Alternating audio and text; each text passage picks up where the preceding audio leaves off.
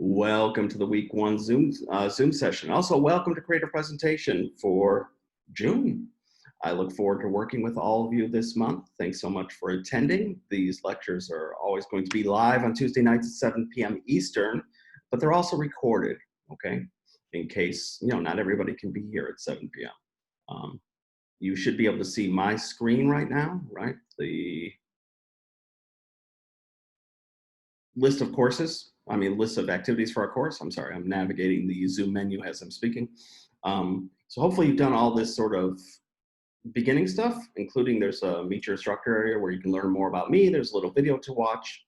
But mostly this is going to be an introduction to creative presentation, as well as discussing the first two major activities that are graded, a discussion that's already underway, and a kind of more major assignment worth 15% of your grade that is due on Sunday. I also have a million slides to get through, but like I said, I only have 40 minutes to work with. So let me begin by backing up just a bit. I'm going to first explain what the main task of this month is, or the main project you're going to work on, okay? So that you have in your minds the entire month long. You're going to be asked to do other things, okay? There'll be activities every week, there'll be discussions, lots to do, but we are working toward the creation of a single major presentation. And this presentation will ask you to imagine yourself, okay? 2 years in the future, probably, for most of you. But we'll ask you to pretend that you've just graduated from Full Sail. And you are going to create a 3-minute or a little bit less presentation that is essentially sort of like a professional bio. Or think of it as like part professional bio, part resume, but in video form, presentation form, okay? So I want you to have that in the back of your mind the entire month. This is what we're working toward. A 3-minute presentation where you will imagine yourself as a recent Full Sail graduate, presenting who you are as a professional game designer, as a professional music person, graphic designer, creative writer, etc. Okay, that's what we're working toward. We'll begin it next week, actually, where you'll have to start planning this presentation. This comes so quickly, though, that I want to prepare you for it now. Okay, so already in your mind, start thinking about what sorts of things you might include in a short 3-minute presentation where you are essentially presenting yourself. I do have examples that I'll eventually share with people. For example, now the problem here is that you won't be able to hear any audio. Okay, here, let me just give some quick examples of what we're working toward.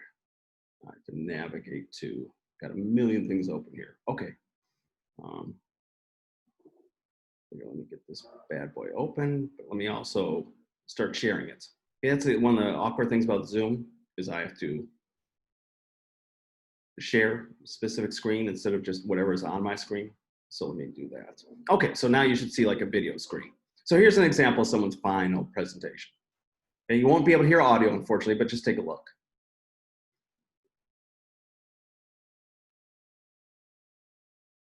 I might skip around a bit because we're not going to watch all 3 minutes.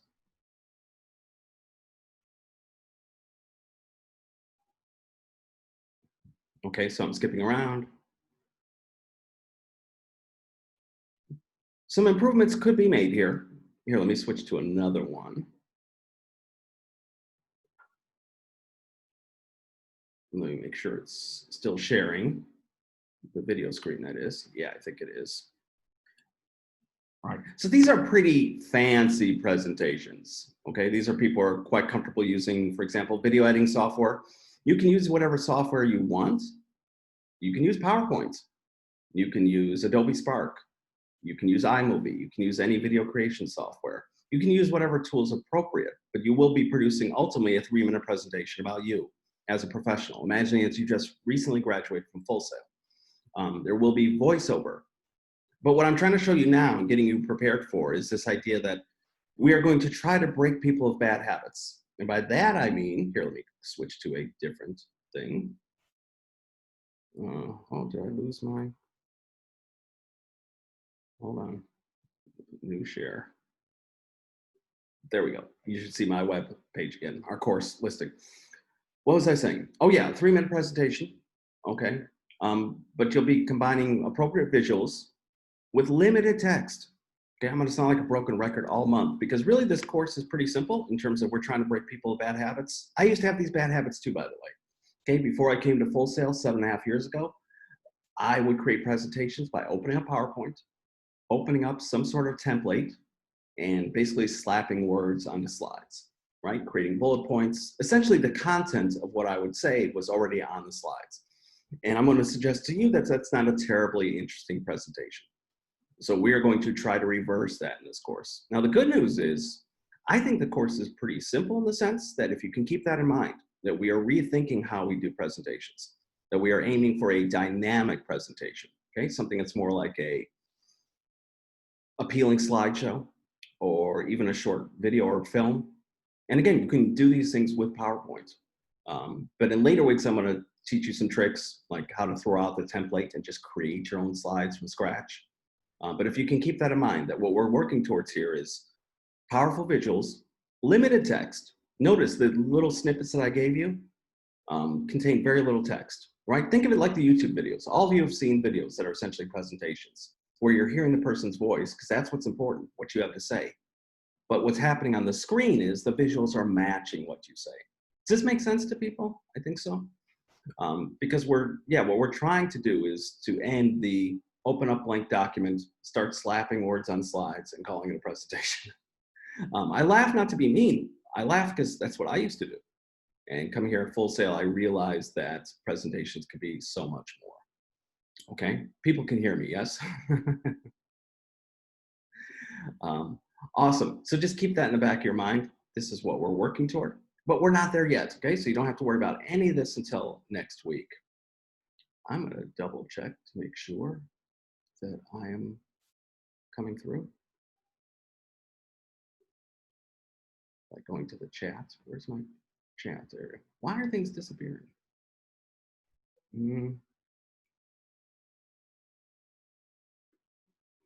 Oh, I'm sorry. There are too many people, two more people waiting to come in. Okay. I think I'm coming through loud and clear. Okay, so let's keep moving forward, okay? Here, let's switch gears to our presentation. We used to use GoToMeeting, which I actually kind of preferred because I could find things so much easier. Like, where did my share function go? Bear with me, people. There we go. Okay, share. There we go. Okay, so you can all see my keynotes. Okay, so welcome to Creative Presentation. Again, I look forward to working with you all this month. I hope you're excited too. I'm glad to see that some people are already jumping into the discussion activity and posting there. We're going to talk about that in a minute. But let's go over some basic stuff, okay? And I'm going to fly through these a little bit quickly because, again, I only have 40 minutes to work with. Yikes. Okay, what we expect from students. We expect you to keep up with your textbook chapters. Okay, there's some chapters to read this week in Nancy Duarte's book, Resonate. Okay, we expect you to, try to hand in work on time. We expect you to follow what I think are pretty basic instructions for the course. Every activity comes with instruction sheets, okay, that detail what you should be doing. At the same time, when possible, I will try to share examples. Like I have some examples to show of the assignments you're going to be handing in this Sunday to give you an idea of what you should be aiming for. We expect that you try to at least show up or watch each lecture.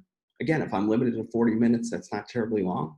And people who attend or watch lectures tend to do much better in this class. Like I said at the beginning, it's not terribly difficult. Again, people who really get this core idea that we are trying to break bad habits, that we're trying to reverse what people think presentations are and instead go for a dynamic presentation, which, by the way, I'm trying to demonstrate right now. Notice that most of my slides do have an attractive visual and limited text, and mostly you're listening to me. You're not just hearing the content of what I'm saying slapped onto each slide in bullet points. Okay, so we do try to model to a certain degree what we expect you to do. What you can expect from us, you can expect timely feedback. You can expect me to give concrete advice on how to improve your work. Again, in future lectures, I'm going to get into more specifics This is not a graphic design class, but I do have some basic tips to give you. So we'll talk about things like the rule of thirds, which means thinking of your screen divided horizontally and vertically into threes. Let me make sure I'm still sharing the right thing. Yes, right, everybody can see my keynote. And you can always expect a response from me. Maximum is 24 hours, but I'm usually faster than that. My office hours are in that Meet Your Instructor activity. Okay, so I'm a night owl. My days don't begin until 2 p.m. and they don't end until 2 a.m. sometimes. So you're pretty much going to hear from me sometimes late at night, overnight. Some of you I was responding to at like 2 in the morning last night. So if you were kind of surprised, if you noticed that, that's why. But yeah, timely feedback is important. Copyrighted materials. Okay, so this isn't as big of a deal for this week, but we are going to talk about where you can get appropriate images to use in your assignments. For example, there's a visual component to this Sunday's assignment. You can use things like AP Images, a site called CompFight. And actually, I'm going to get away from this for just a second, my presentation, to share a site that I really like, which is called Pixabay. So let me find that. Okay, let me share my screen for that. Okay, so here's the site. You can see the address here, pixabay.com. This one has really terrific images, and they're all free. Okay, and if you look, I'm not going to go to it right now, but there's a FAQ, frequently asked questions area, which explains that, yeah, any of these images can be modified, used for things like school projects. I like this because even though I'll show you other sites to use in future weeks, sometimes you have to do a little bit of hunting to find really good images. But here, you have some stunning images that you're allowed to use. And we'll talk in later weeks about choosing the right image. Like this image, it's a little bit plain, but it would work well for like a limited use of text. This image has enough empty space here where you could put some text, right? Whereas this one here is probably too cluttered. This one is maybe too centered and has too much going on.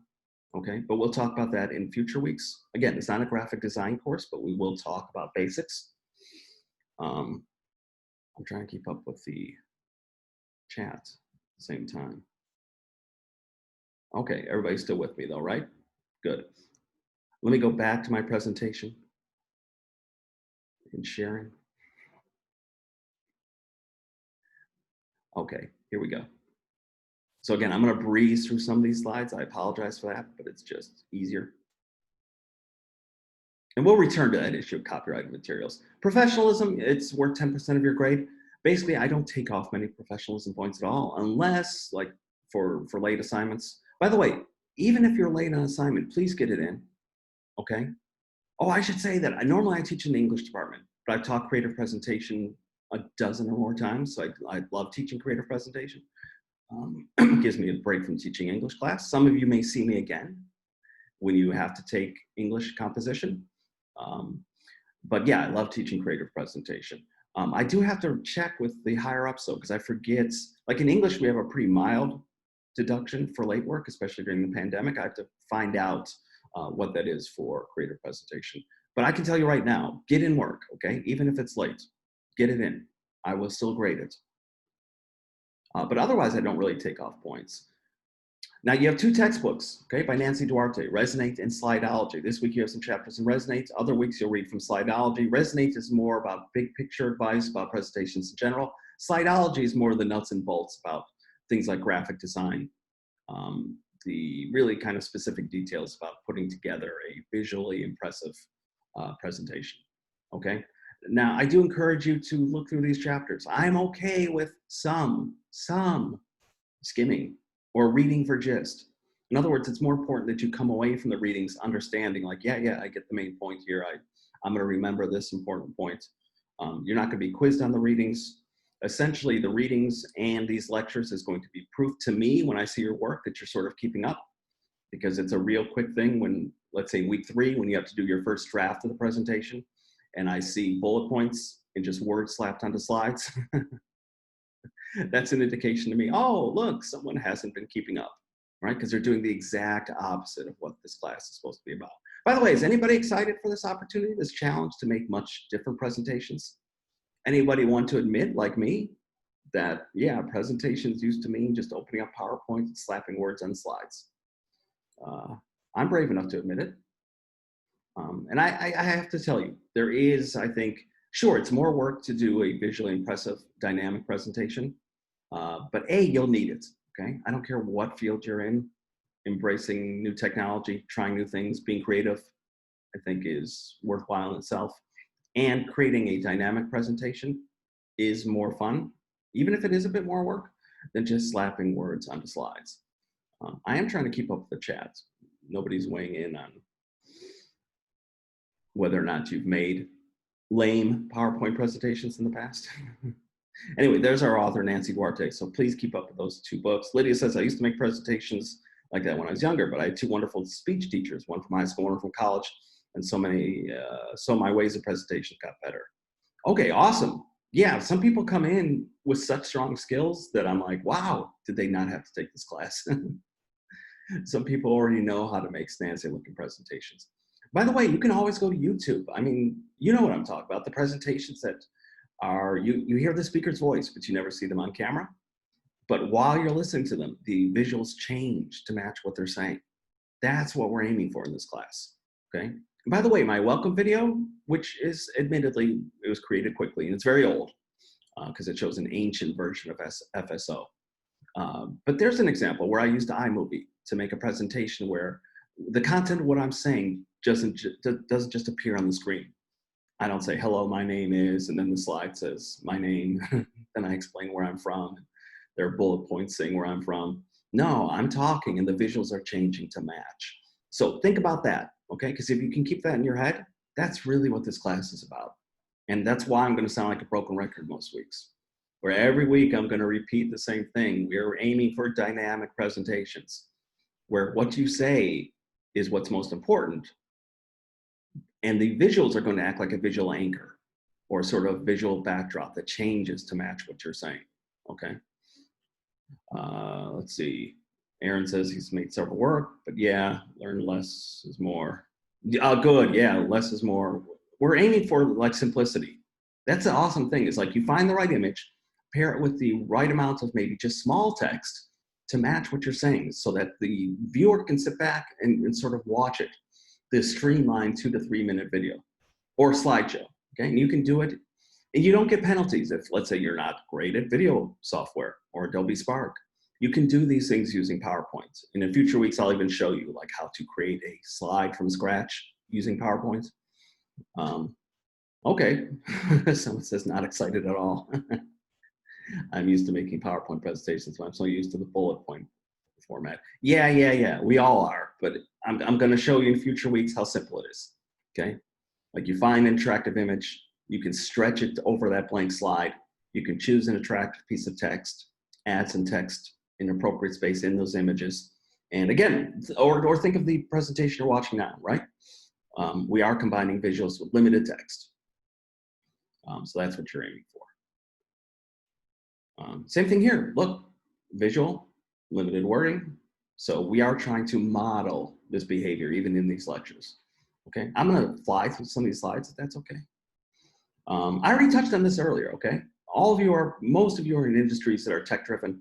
Even for those of you, I don't know, we have any creative writing people, but still, this idea that Full Sail is a different kind of school, right? Most of you are in creative fields.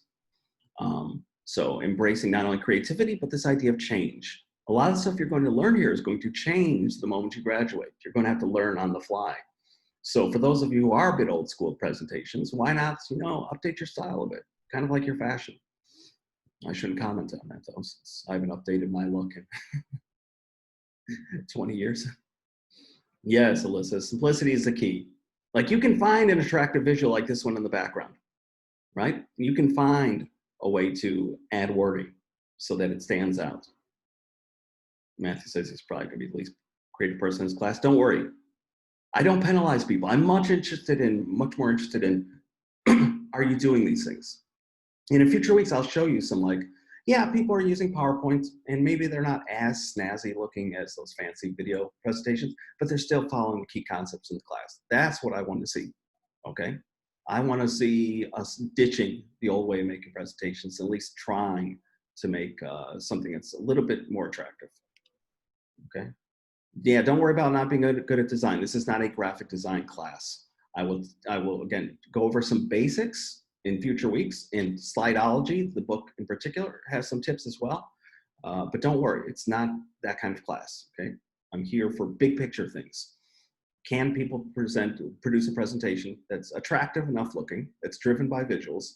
There will be a professional voiceover part, so you're going to have to record yourself. I've already spoken to a couple people in the discussion about there's no public speaking in this class. You're not going to do anything live and on the spot like I'm doing now.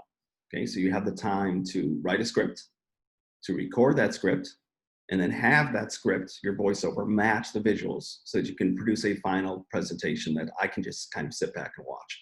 But yeah, it doesn't matter if you're a little bit old school and you're using PowerPoint, and maybe it's not as, razzle dazzle as what some other people can do, but it's not a competition. Okay, I just want to make sure people have the big picture concepts down. Okay, we've already started talking about this, experiences with past presentations. And even if you haven't created lame PowerPoint presentations, you've been in the audience, right? Where someone is delivering a talk and literally what they're saying is already on the screen. So here are my 3 things to think about in terms of the future of education. And while I'm speaking, the exact things that I'm saying are appearing on the slides. Maybe the person has taken the effort to choose an attractive template, but otherwise it's just the content of what they're saying appearing on slide after slide.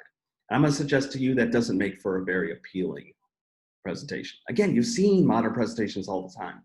There are plenty of them on YouTube where people don't want to be on camera. And so while you're sitting back and watching, or listening to them speak, the images are changing to match. So that's what you're adding to. And so here's an example, okay? So we'll look at the difference between just slapping a quote on the screen like this. Okay, education is the kindling of a flame, not the filling of a vessel. I like that. From Socrates, or if anybody still remembers Bill and Ted's Excellent Adventure, Socrates. But look what happens if we take the same quotation and match it with a visual. Right? Now you're sort of paying more attention. Even if you're not, you're still in some ways paying attention, right? Because it's paired with an attractive visual. Here of, I believe, Socrates. Or here, okay? Much different image, but same thing. Here we see a classroom being held outside. Obviously, this must be a lower income community, but education is occurring, okay? So if you can do this, find the right image, pair it with the right wording to match what you are saying in your presentation, you will do fine in this class. Here's yet another example from Bill and Ted's Excellent Adventure. People even remember that movie anymore? I never know. How am I doing on time? I can't even see my clock thingy. Okay, I'm gonna keep going. Yeah, well, join the club, Aaron. I'm 48, soon to turn 49. I still think I'm 29, but as you can see, because I'm wearing a hat. This stuff we'll return to in future weeks, okay? Because right now this isn't a big deal, but we are going to talk about how presentations should have a flow to them. There should be a kind of beginning, middle, and end, just like a story, okay? Or if you think of like an essay, an introduction, a body, and a conclusion. This comes, I think, kind of obviously to most people, but sometimes people need to be remembered. And we'll talk about like opening moves, like how should you kick off a presentation? Maybe you could begin with a quotation. Oh, it's telling me I have 10 minutes left. Okay, now it's a race. Now I'm gonna fly through things. Okay, we'll return to this. Ways to begin a presentation, ways to end a presentation. We've already talked about this. Awesome, okay? Ineffective is just slapping words onto slides. Effective is pairing them with the right visuals. You know what? I'm going to switch to the 2 assignments that are due this week because probably you're more interested in that. So can I shift away from this presentation? Well, and we'll return to these things in future weeks. These are important things, like keeping your audience in mind. One of the biggest slips people make is that they're sort of writing too much from their perspective, assuming that the ideas in their heads are automatically understandable to an audience, but they're not.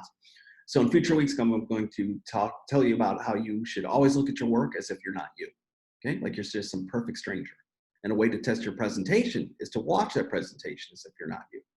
Imagine your presentation ultimately going on YouTube, okay? Watch it like you're just some Joe Schmo who accidentally stumbled upon your own work.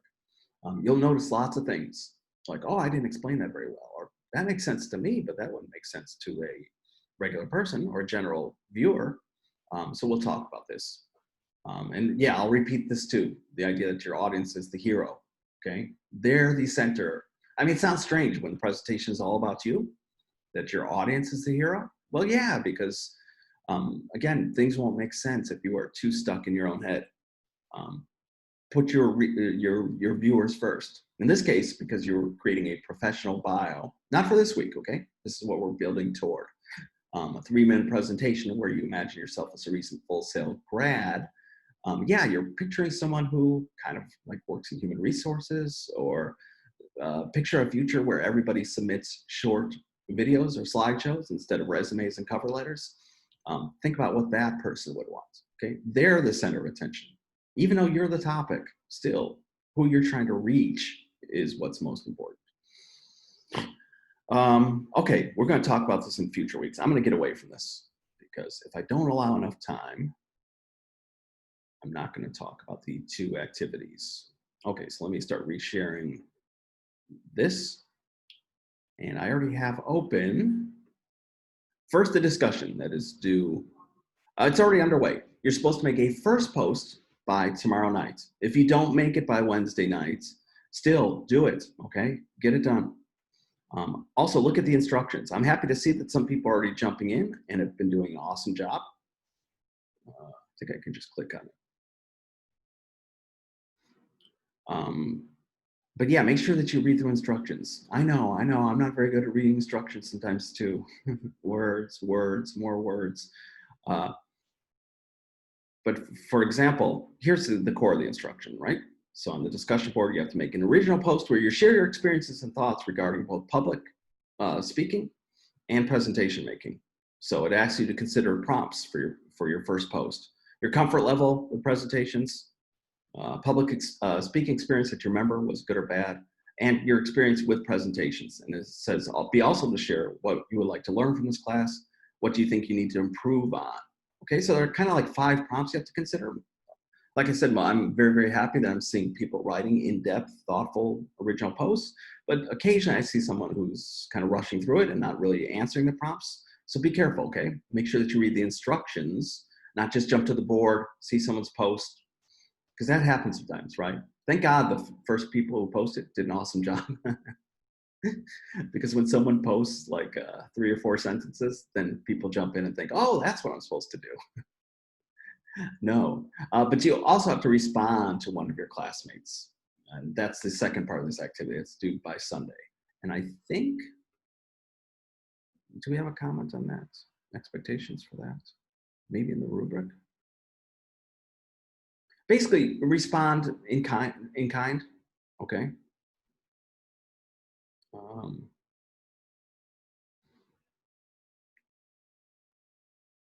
In other words, don't respond with just like a quick sentence like awesome or good job, or try to engage in a way that will hopefully encourage future conversation. I know not everybody's going to take you up on that challenge, but do so, okay?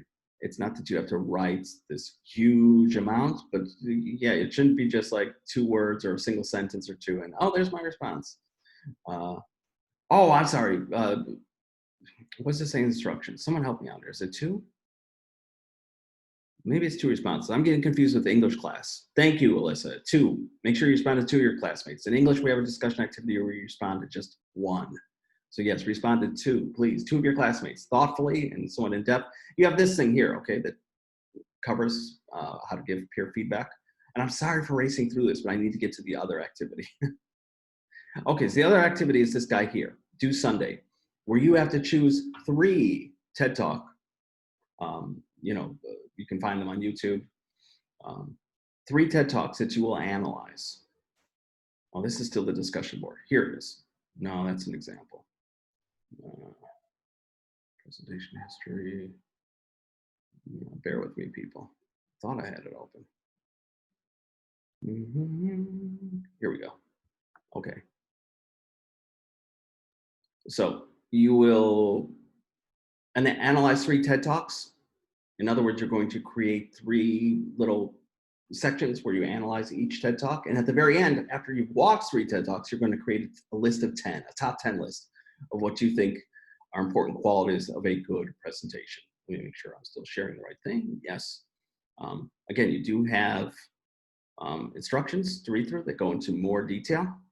Now, a couple important things to consider here. And please read through the instructions because I'm racing against time here with about 3 minutes left. But here it tells you in detail, okay? Watch a minimum of 3 TED Talks. Answering the question, to answer the question, what makes a presentation effective? You have some questions to consider. Let's just look at some examples because the important thing, you have step-by-step, okay? Step 1. Step 2 is to create a document for this assignment. Now, I've gotten a lot of questions about this. What does this mean by document? You can use whatever tool you wish. You can use PowerPoint. You can use Microsoft Word. You can use whatever tool you want. But there has to be 3 individual analyses of each of the TED Talks, okay? Each analysis should include specific examples of elements contributed to a powerful presentation, explain what worked and what did not. And after you do those 3 kind of mini analyses of each presentation, you will create a mother list of 10 qualities, techniques, or skills that make presentations you watch inspiring. So here's some examples. Oops. So here's someone who created a PDF. I'm not sure what she used first, maybe Microsoft Word, maybe something else. Oh, you have to include a visual component. And this is low stakes. We just want you to play with visuals. So at this point, I'm not going to be grading you on design. But you can see she's found some images. Here are her write-ups for each presentation. Now she's gone pretty in depth, okay? Here's her second analysis of the second TED Talk. Now, what can you use as visuals? You can use screenshots from the TED Talk. You can go to Pixabay, which I just shared, and find an appropriate image that matches the topic of the TED Talk. Okay, so this is clearly not from the TED Talk, but she found a useful image that says think outside the box. And at the very end, here's her list of 10. Now here's a Microsoft Word version, okay? And I have to share. Hold on, my Zoom thingy just disappeared. There we go. Okay, so here's someone who used Microsoft Word. This is pretty basic, okay? So he's folded in some visuals. And if you can remember, yeah, try to give me the URL if you can. Here's his second write-up of the second TED Talk, his third write-up of the third TED Talk, and ends with his top 10 list. Here's another example. Here's a PowerPoint version. Okay. So here's his write-up of the first TED Talk. You can see his here it's much shorter than the first 2. The first 2 are a bit more ambitious in terms of the total writing. 2, 3, top 10 list. And here's the list of the images he used. Now, any questions or comments? I'm so sorry. I'm going to try to figure out if I'm supposed to be using a different version of Zoom that gives me more time to speak because 40 minutes is too rushed. But questions, comments, anything? Although it's probably going to cut me off any second now. Listen, reach out to me with questions, okay, on the FSO platform if you have any. I know I rushed through that last bit there, right? Like where to find images. I already mentioned Pixabay. I'll try to send out an announcement with more details to help people out, and especially with citing and things like that. Yeah, Alyssa, well, I'm going to do that, okay? I'm going to add some examples maybe to the activity itself. That's a good idea, especially